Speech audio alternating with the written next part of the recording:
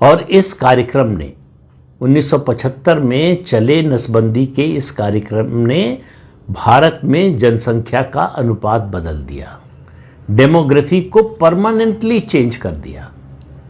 उसका असर आज भी है।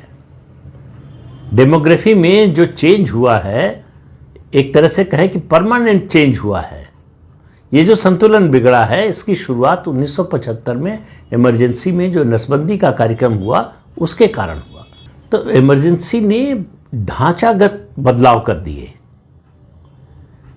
हमारी संस्कृति में, सभ्यता में, देश के आर्थिक सामाजिक विकास और उसकी सोच में सब कुछ बदल गया। उसके बाद मुसलमानों को खुश करने के लिए, जो कुछ मुसलमान उसमें परेशान हुए थे, अलग अलग तरह के कानून बनाए जाने लगे, संस्थाएं बनाई गई। Muslim personal law board Indira Gandhi के समय ही बना, जो मुसलमानों का सबसे बड़ा प्रवक्ता हो गया है, जिसकी कोई संवैधानिक हैसियत नहीं है, जिसकी कोई कानूनी हैसियत नहीं है, जिसे समाज का भी समर्थन हासिल है, मुस्लिम समाज का, इसका भी कोई प्रमाण नहीं है। उस काम को आगे बढ़ाया पीवी नरसिंह राव की सरकार ने। चाहे आप माइनॉरिटी कमीशन की बात कीजिए, वक्फ एक्ट में सबसे खतरनाक संशोधन हुआ सोनिया गांधी के समय 2013 में, जब ये कह दिया गया कि वक्फ बोर्ड जिस जमीन को, चाहे वो जिसकी हो, निजी हो, सरकारी हो, डिफेंस की हो, रेलवे की हो, किसी की जमीन को उंगली रख देगा कि ये वक्फ प्रॉपर्टी है, वो वक्फ प्रॉपर्टी मान ली जाएगी।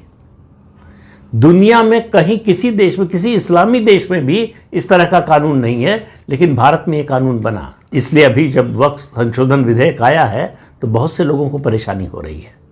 मुसलमानों को हो रही है, ये बात तो समझ में आती है, लेकिन हिंदुओं का एक बड़ा वर्ग है जिनको मैं मानता हूं अकल के अंधे हैं या फिर देश विरोधी हैं।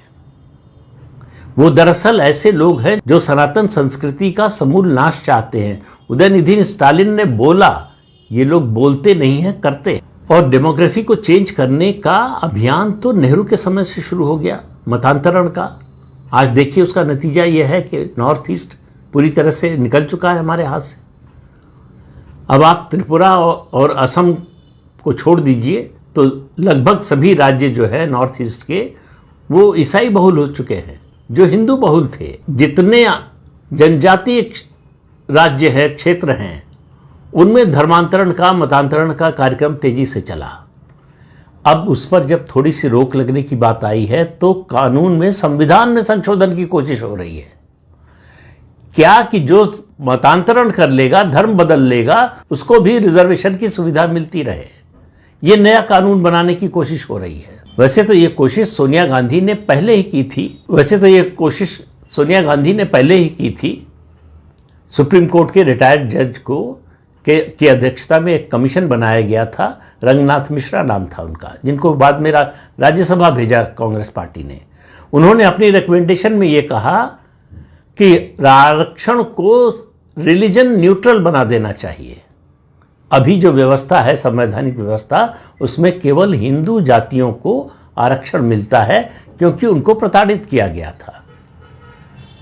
मुसलमान और ईसाई मानते हैं कि उनके यहाँ कोई जातीय भेदभाव नहीं है, जाति नहीं है, सब समान है, इसलिए उनको आरक्षण का लाभ नहीं दिया गया था। अब वो कह रहे हैं कि उन्होंने कहा था, जो लागू नहीं हो पाया, उन्होंने कहा था कि इसको रिलीजन न्यूट्रल बना दीजिए, हर धर्म और मजहब के लोगों को आरक्षण दीजिए। किस आधार पर दीजिए? उसकी कोई स्टडी है, कुछ है?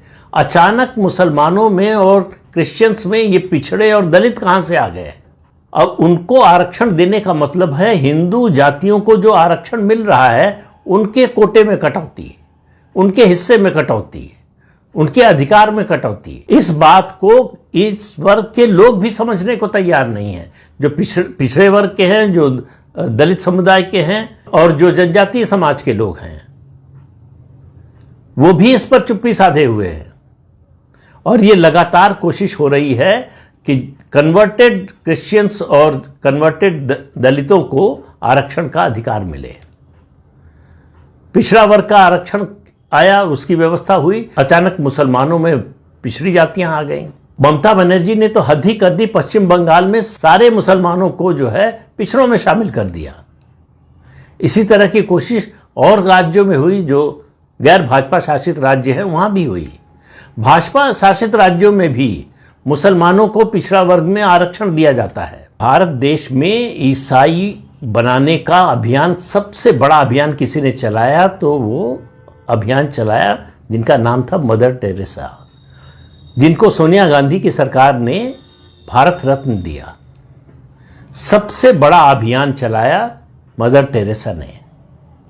सिर्फ उनका उद्देश्य एकमात्र था, हिंदुओं को, खासतौर से गरीब, दलित और जो जनजातीय हैं उनको, उनका मतांतरण करना, उनको ईसाई बनाना। तो डेमोग्राफी बदलने का जो काम शुरू किया था नेहरू ने, उसको जारी रखा इंदिरा गांधी ने, अमेरिका की मदद से। क्योंकि अमेरिका को ये डर था कि जिन देशों की आबादी बढ़ रही है, उसमें चीन भी था, जिन देशों की आबादी बढ़ रही है वो दरअसल अमेरिकी हितों के लिए खतरा बनेंगे। और उनका ये आकलन गलत नहीं था। चीन बन चुका है, भारत बनने वाला है।